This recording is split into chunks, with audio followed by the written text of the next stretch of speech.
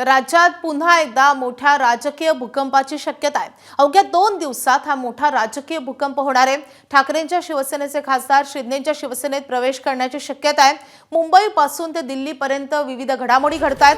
त्यातच आता या खासदारांच्या शिवसेनेत प्रवेशाची तारीख ठरली आहे, अशी माहिती एबीपी माझाला विश्वसनीय सूत्रांनी दिली आहे। 19 जूनला मुंबईत ठाकरेंच्या शिवसेनेचे हे खासदार शिंदेंसह जातील, अशी माहिती सूत्रांनी दिली आहे। शिवसेनेच्या वर्धापन दिनी गोरेगावच्या नेस्को सेंटरमध्ये जोरदार शक्ती प्रदर्शन करत हे खासदार हाती शिवधनुष्य घेतील, अशी माहिती आहे। दिल्ली पाठोपाठ मुंबईतही शिंदेंकडून ठाकरेंना झटका दिला जाणार असल्याची माहिती सूत्रांनी दिली आहे।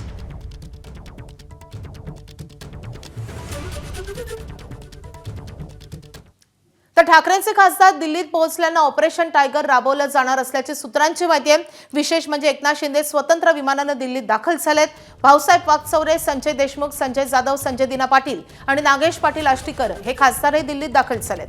वेगात गट स्थापन करण्यासाठी खासदार आजच दावा करण्याची शक्यता आहे। एकीकडे खासदारांनी दिल्लीकडे धाव घेतलेली असतानाच ठाकरेंच्या सेनेतही जोरदार हालचाली सुरू झाल्यात। अनिल देसाई, संजय राऊत आणि अरविंद सावंत हे सध्या संकटमोचकांच्या भूमिकेत आहेत। पक्षात फूट पडल्यास पुढील कायदेशीर पावलं नेमकी काय असावीत यासाठी हे तिन्ही खासदार पुढची रणनीती आखतील, अशी माहिती आहे। त्यामुळे उद्धव ठाकरेंसाठी आजचा दिवस खऱ्या अर्थानं अग्निपरीक्षेचा असेल। तर संसदीय दलाच्या बैठकीला उपस्थित राहण्यासाठी ठाकरेंच्या शिवसेनेकडून सर्व खासदारांना व्हीप पाठवण्यात आल्याची सूत्रांची माहिती आहे। शिवसेना युबीटी पक्षात हालचालींना वेग आलाय। उद्धव ठाकरे यांच्या पक्षानं कायदेशीर सल्लाही घेतलाय।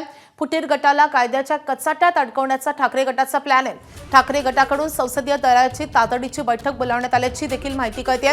व्हीप पाठवल्यानंतर बैठकीला जे खासदार अनुपस्थित राहतील त्या खासदारांवर पक्षाकडून शिस्तभंगाची कारवाई केली जाईल। तर ठाकरेंच्या शिवसेनेचे सध्या संसदेत 10 खासदार आहेत। या खासदारांची बैठक बोलावण्याचा आणि त्यांना व्हीप बजावण्याचा अधिकार अरविंद सावंत या गटनेत्याला आहे। आज अरविंद सावंत, संजय राऊत आणि अनिल देसाई हे उद्धव ठाकरेंचे निष्ठावान खासदार दिल्लीत आहेत आणि त्यांनी संसदीय पक्षाची बैठक बोलावण्याच्या हालचाली सुरू केल्या आहेत, अशी सूत्रांची माहिती आहे। तसं न झाल्यास बंडखोरी करणाऱ्या खासदारांना व्हीप पाळणं हे बंधनकारक असेल का याची उत्सुकता आहे। तर शिवसेना ठाकरेंच्या पक्षाचा संसदीय पक्ष नेमका कसा आहे, तर लोकसभेचे गटनेते आहेत अरविंद सावंत, त्यासोबतच ते पक्षप्रतोद देखील आहेत आणि राज्यसभेचे एकमेव खासदार संजय राऊत हे गटनेतेही आहेत। तर शिवसेना प्रवेशाबाबत ओमराजेंचा तुर्तास कोणताही निर्णय नाही असं समजतंय। पवनराजे हत्याकांड प्रकरणाच्या निकालानंतरच ते पुढील दिशा ठरवतील, अशी सूत्रांची माहिती आहे। हत्येच्या निकालाची तारीख लांबल्यामुळे निंबाळकरांचा कोणताही निर्णय अजूनही झालेला नाहीये। निंबाळकरांचा निर्णय कोर्टाच्या निकालावर अवलंबून आहे, असं सूत्रांच्या हवाल्याने समजतंय।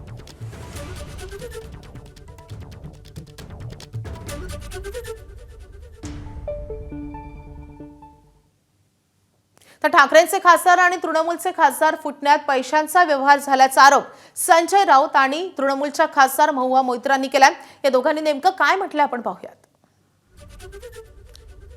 तर संजय राऊतांची एक पोस्ट आहे। खासदारांना 15 कोटींचा ऍडव्हान्स देण्यात आलाय। तर महुआ मोइत्रा यांनी प्रश्न उपस्थित केलाय, फक्त 15 कोटी एवढ्या स्वस्त का जात आहेत? आमच्या खासदारांनी आधी 4 कोटी घेतले, त्यांना 36 महिने 1-1 कोटी मिळणार आहेत।